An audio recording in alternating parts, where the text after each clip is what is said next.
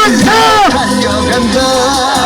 이준석 4번 이준석 4번 이제 5분 남았습니다. 새로운 이준석 4번 이준석 4번 이준석 4번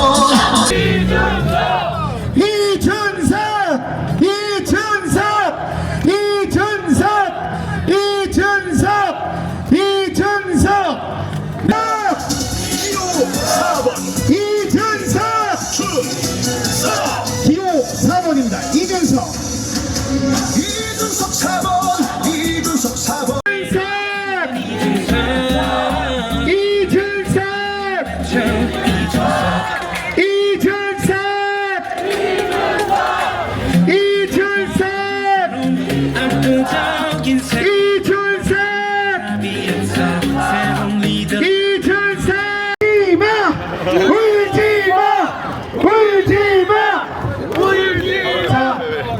길게 얘기하지 않겠습니다. 그 전에 이준석을 3번 연호하면서 이 마이크를 이준석 후보에게 넘기겠습니다.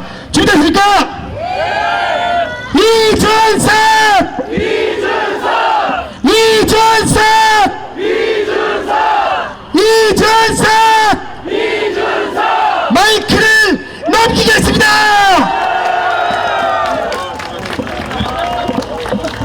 예, 우리 존경하는 수원 그리고 경기 남부의 주민 여러분 안녕하십니까? 이준석 왔습니다. 제가 동탄 국회의원이다 보니까 수원역 자주 드나들게 되는데 이곳에서 우리 정말 이 멋진 이렇게 기회를 갖고 여러분과 만나게 될 줄은 몰랐습니다. 지난 6개월 계엄이 터진 이후에 정말 우리 국민 모두 마음 고생이 많았습니다. 그런데 이 계엄의 터널 뒤에 과연 우리가 어떤 대한민국을 세울 것인가, 이것이 갈수록 중요해지고 있습니다. 대한민국 정말 지금까지 산업화 민주화 겪으면서 여기까지 올라왔는데 이번에 계엄 이후에 우리가 잘못된 선택을 해서 꼬꾸라지면 안 되는 겁니다. 여러분 모두 투표하실 거죠? 이번 선거 사실 계속 진행되는 과정을 보면 이재명 후보가 독주하는 것처럼 나왔습니다. 하지만 최근에 TV 토론이 진행되면서 이재명 후보의 허상이 드러나고 있습니다. 여러분 도대체 대한민국의 수준 높고 교육받은 유권자 앞에 경제정책이라고 내놓은 것이 호텔 경제학이라면 말이 되는 겁니까? 여러분 대한민국의 경제가 성장하기 위해서는 우리는 모두 압니다. 대한민국의 생산성이 높아져야 되는 것이고, 생산성이 높아지기 위해선 우리가 사람에 투자하고 규제를 풀어가지고 기업이 더 창의적으로 활동할 수 있어야 됩니다. 그런데 이 거짓말쟁이 이재명 후보는 국민들에게 호텔을 예약했다 취소하면은 경제가 발전한다는 궤변을 일삼고 있습니다. 여러분 대한민국의 미래가 노쇼 경제여서는 안 되는 거 아니겠습니까? 여러분 지금까지는 이재명 후보가 나가서 그냥 그 유리한 언변으로 아무 말이나 하면은 그냥 박수 쳐주는 사람들이 있었기 때문에 검증받지 않았다면 이제 TV토론 2번 만에 이재명 후보의 민낯이 드러나고 있는 겁니다. 여러분 대한민국 국민들의 세금은 혈세입니다. 우리가 먹고 입을 것을 덜 먹으면서 국가를 신뢰하고, 그래서 국가에 세금을 내면서 이 돈을 가치 있는 곳에 써서 더 나은 대한민국을 만들어 달라고 할 때 그 돈을 쓸 것을 위임받은 정치인은 아주 세밀하게 국민들에게 설명할 수 있어야 됩니다. 여러분께서 세금을 내주시면은 이 돈을 어떻게 쓰겠다. 여러분이 내준 귀중한 혈세로 누구를 지원하고 어디에 투자하고 무엇을 발전시키겠다는 계획을 말할 수 있어야 되는 겁니다. 그런데 이재명 후보가 자신있게 AI에 100조 투자하겠다 이런 말 할 때 저는 간단한 질문 한 가지를 던졌습니다. 도대체 그 100조 어디에 쓰겠다는 겁니까? 몇 가지, 두세 가지 항목만 말씀해 보십시오. 그랬더니 이재명 후보가 제대로 대답을 하지 못했습니다. 여러분, 100조면 어떤 돈입니까? 100조면은 대한민국 국민 한 사람 한 사람 5천만 국민으로 나누면은 한 사람당 200만원 하는 돈입니다. 4인 가족이면은 800만원 하는 돈입니다. 여러분이 한 집안의 가장이라면 여러분의 세금, 여러분의 돈 800만원을 쓰겠다는 사람에게 도대체 당신 어디다 쓰겠다는 거냐, 이 정도 질문을 할 권리가 있는 거 아니겠습니까, 여러분? 그런데 이것에 대해서 답을 못하는 사람이 하필이면 성남시장으로 있을 때, 경기도지사로 있을 때 대장동이니 백현동이니 성남FC니 대북송금이니 이런 것에 연루되어 가지고 검찰 수사도 받고 재판도 받는 사람이라면은 과연 여러분의 세금 걷어 가지고 제대로 쓰는지 더 감시해야 되는 거 아니겠습니까, 여러분? 저는 이번 선거는 대한민국의 계엄 세력, 우리가 내란 세력이라고 하는 그 세력과의 완전한 단절을 이뤄내야 되는 선거다, 그렇게 생각합니다. 하지만 내란 쿠데타 세력이 물러간 자리에 들어오는 것이 돈을 흥청망청 쓰면서 대한민국을 이상한 방향으로 이끌려는 세력이라면은 그 세력 또한 견제 세력이 되어야 되는 견제되어야 되는 것입니다.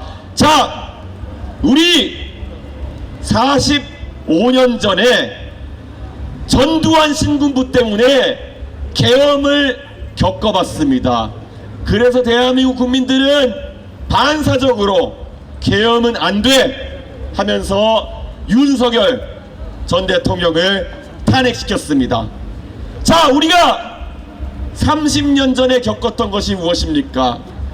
경제를 방만하게 운영해서 빚내서 흥청망청 쓰다가 국민소득이 10,000불을 넘었느니 우리끼리 샴페인을 터뜨리다가 98년도 IMF 구제금융을 받으면서 많은 어려움을 겪었습니다. 이 자리에 계신 분들 중에 IMF 이후에 태어나신 분도 있겠지만 그 당시 중학생이었던 저는 IMF의 아픔을 누구보다도 잘 기억합니다. 중학생인데도 학교에 가면은 아이들이 도시락 싸오는 것이 달라졌던 것을 기억합니다. 잘 살던 집에 아이가 갑자기 아버지가 직장을 잃으셨다 해가지고 도시락 먹고 친구들과 PC방 가는 것도 주저하던 그 모습, 저에게는 생생합니다. 아이들 마음에 상처가 남았던 그 IMF의 기억, 다른 거 없습니다. 빚내서 돈 쓰는 것을 즐기다가 우리나라 원화의 화폐 가치가 떨어지고 우리가 국가 신용도가 떨어지면서 빚을 갚기 어려워가지고 IMF에 외화 빌려달라고 하는 게 IMF 구제금융 사태입니다. 이재명 후보 2022년 대통령 선거 때도 위험한 얘기를 많이 했습니다. 돈을 찍어내가지고 잘 쓰면 된다는 얘기 하길래 많은 사람들이 말이 되냐 그랬더니 대한민국이 곧 기축통화국이 될 것이기 때문에 관계없다는 궤변을 일삼았습니다. 이재명 후보의 경제정책이라는 것이 항상 그렇습니다. 이재명 후보가 정치를 시작할 때 성남시장으로 했습니다. 성남시가 어떤 곳입니까? 넥슨, NC 유명한 IT 기업들이 많고, 그래서 판교에서 거둔 세금을 바탕으로 해서 성남시는 국가의 지원이 없이도 이런저런 세금을 쓸 수 있는 불교부 단체라는 돈 많은 지자체입니다. 그러다 보니까 이재명 후보가 거기서 이것저것 무상 시리즈 하는 그런 것 때문에 유명해지고, 그래서 지금 대한민국이 대통령이 되겠다고 하면서도 이것저것 퍼주는 이야기 하고 있는 겁니다. 그런데 대한민국의 상황은 동네별로, 도시별로, 시도별로 다 다른 겁니다. 당장 이 수원만 하더라도 우리 서수원 지역에 뭐 호매실이나 이런 동네에, 그리고 저쪽 동쪽으로 가면은 광교에, 영통의 사정 다 다른 겁니다. 그래서 세금을 써가지고 복지하고 그럴 때는 돈이 많이 나는 곳이라 해가지고 무조건 복지하고, 돈이 적게 나는 곳이라도 무조건 안 하고, 이게 아니라 형평을 맞추기 위해 가지고 많은 고민을 하는 겁니다. 그런데 성남시에서 돈 펑펑 쓰면서 정치했던 그 버릇을 못 버리고 대한민국에 돈을 펑펑 쓰겠다고 하는데, 이거는 빚내 가지고 쓰겠다는 이야기를 하고 있는 겁니다. 개미와 배짱이 이야기부터 시작해서 빚내서 펑펑 쓰는 사람들의 결과는 항상 비슷합니다. 정말 만약에 이번 대통령 선거에서 내란 세력 윤석열 대통령과 그 무리를 심판하겠다고 이재명이라는 희대의 포퓰리스트를 우리가 뽑게 되면은, 우리는 40여 년 만에 내란을 청산한 대신 30년 만에 IMF와 같은 환란을 맞이할 수도 있는 것입니다. 내란이 가고 환란이 온다면은 그것이 어떻게 정치 교체이겠습니까? 그것이 어떻게 대한민국을 바른 길로 이끄는 선택이었겠습니까? 저는 이 자리에서 간곡하게 호소합니다. 이번 대통령 선거에서 미래로 가는 선택, 내란과 계엄에서 자유롭고 건실한 재정을 이야기하면서 환란을 일으키지 않을 그런 후보, 제 눈에는 투표용지에 딱 한 사람 보입니다. 그게 누구입니까? 이준석! 이 자리에 계신 현명하신 유권자들은 모두 정답을 알고 계신 것 같습니다. 저 앞으로 남은 열흘 가까운 시간 동안 열심히 뛰겠습니다.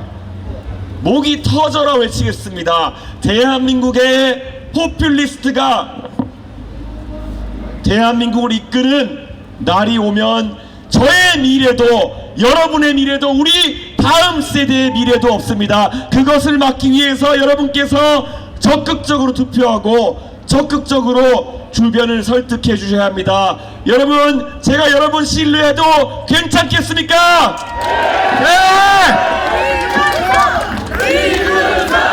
이준석! 여기 수원역에서 1시간 반, 2시간 가까이 1호선 타고 올라가면 창동역 나오고 그 옆에 제가 살던 노원구 상계동이 있습니다. 노원구 상계동에 저희 어머니 아버지가 처음 자리 잡으면서 그 당시에 꿨던 꿈이 있습니다. 적어도 오늘보다 나은 내일을 내 자식에게 물려주고 싶다는 그런 마음입니다. 그런데 오늘보다 나은 내일을 물려주는 방법은 간단했습니다. 교육을 통해서 내 자식에게 조금 더 사다리를 올라가서 더 나은 세상에서 살 수 있게 하겠다는 우리 부모님의 마음, 그게 어떻게 우리 가족만의 이야기겠습니까? 아마 여기 계신 아버지 어머니 모두가 공유하는 그런 마음 아니었겠습니까? 저는 대한민국을 사랑합니다. 왜 그렇겠습니까? 적어도 노원구 상계동 서울 끝자락에서 자라는 아이가 공부 열심히 하면 언젠가는 나라 돈 국비 유학생으로 좋은 나라에 유학도 갔다 오고, 언젠가는 정치에 참여해서 정치적인 백 없이도 큰 당의 당대표도 할 수 있고 국회의원도 할 수 있고, 만약에 아무 백 없이 대통령까지 갈 수 있다고 한다면은 다른 거 필요 없습니다. 우리는 아이들에게 대한민국이 살아있다, 대한민국의 사다리는 유지된다 라는 이야기를 할 수 있는 겁니다. 여러분, 여러분의 자녀, 손냐, 손자들에게 어떤 이야기를 주셨겠습니까? 이번에 대통령 후보로 나와 있는 사람들 중에서 여러분의 손자, 손녀에게, 여러분의 자녀에게 나중에 저기 이재명 아저씨처럼 살아라 이렇게 이야기하면 말이 되겠습니까? 목적이 모든 것을 정당화하고, 아무리 수사기관에 쫓아와도 도망다니면서 방탄하고, 불법을 저질러도 나 몰라라고 부끄러워하지도 않는 저런 모습을 보면서 여러분의 자녀에게 저렇게 살아라라고 이야기하는 것은 말이 안 되는 겁니다.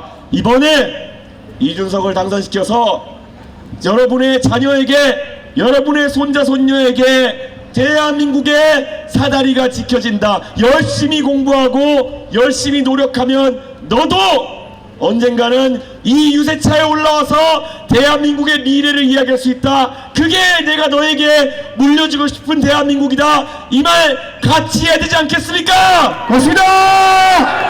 이준석.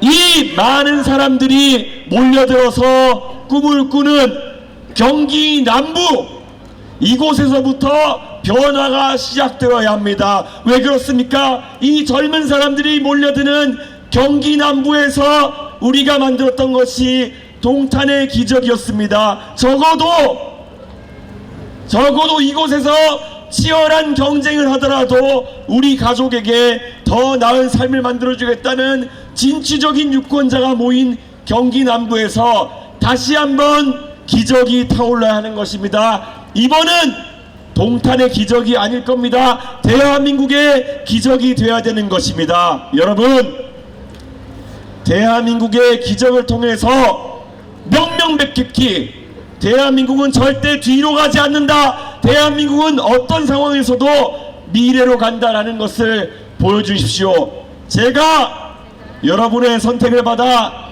대통령이 된다면 첫날부터 능숙하게 대한민국을 다시 한번 우상향시키는 그런 지도자가 되어서 여러분의 한 표에 보답하겠습니다. 열심히 하겠습니다. 꼭 투표하고 도와주십시오. 감사합니다.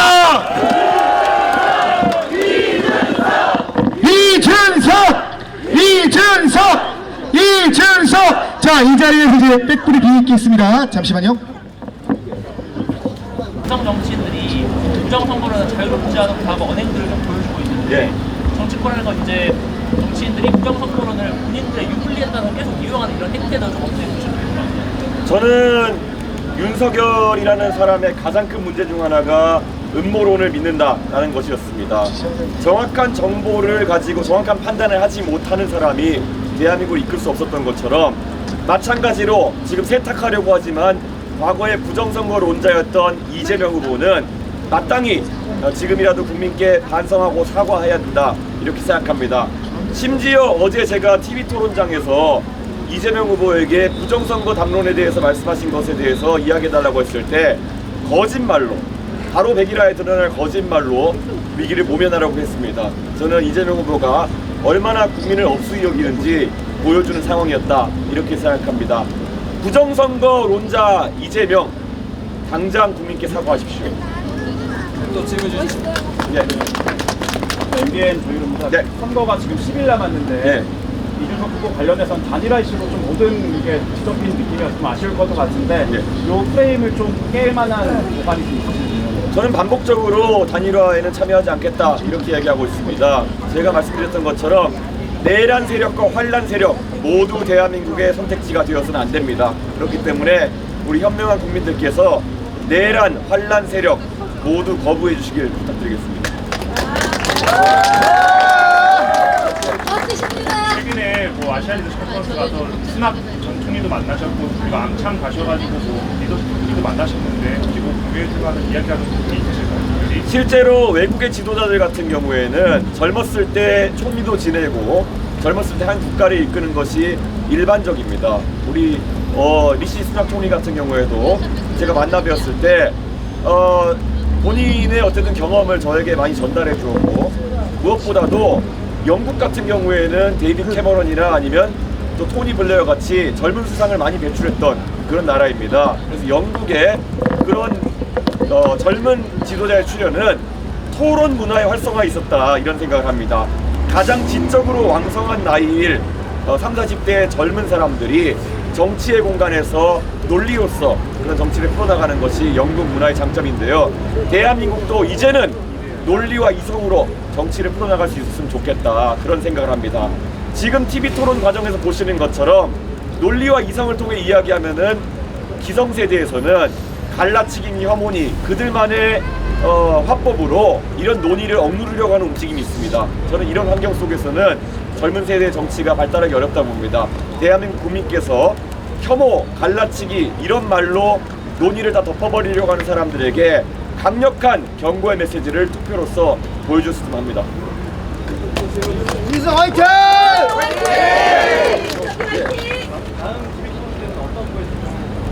다음 토론 때는 정치 분야에 관한 내용이기 때문에요. 포괄적으로 이재명 후보의 문제점들 다 짚어낼 수 있도록 하겠습니다.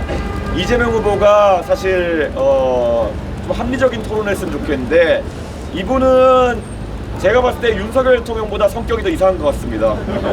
뭐 하나에 꽂히면은 아무리 국민들이 타박해도 지금 토론에 계속 들고 나오고 있는데 호텔 경제학 이런 것들 이미 대한민국 국민들이 혀를 차고 있는 그런 상황입니다. 어제 제가 페이스북에도 올렸지만은 이 호텔 경제학이라고 하는 것을 설명하기 위해서 어제 TV 토론장에서 루카스 차이세라는 사람의 이야기를 저에게 했는데 이 사람을 들어서 저에게 해명하는 것을 보고 황당한 느낌이 들었던 것이 독일 공산당의 기관지의 편집장이 하는 얘기를 들어서 설명하면 도대체 대한민국의 어떤 국민이 그 설명을 받아들이겠습니까?